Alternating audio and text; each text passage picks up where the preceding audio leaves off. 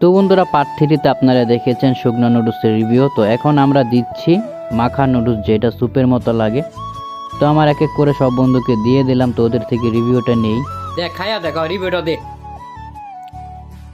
এটা লেটকারা দোস, এটা রিভিউটা দে। কোনটা কম না, বেস্ট কোনটা? আমার বেস্ট লাগবে Best শুকনাটা বলতে- নাকি এটা? এটাও বেস্ট। যারা লেটকা খায় এগুলো এটা বেস্ট।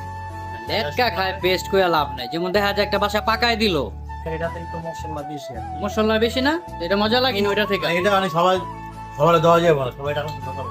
সবাই পছন্দ করবো না। সবাই লেটকা পছন্দ করে। আচ্ছা ঠিক আছে দোস্ত, তোমার মতামত কি?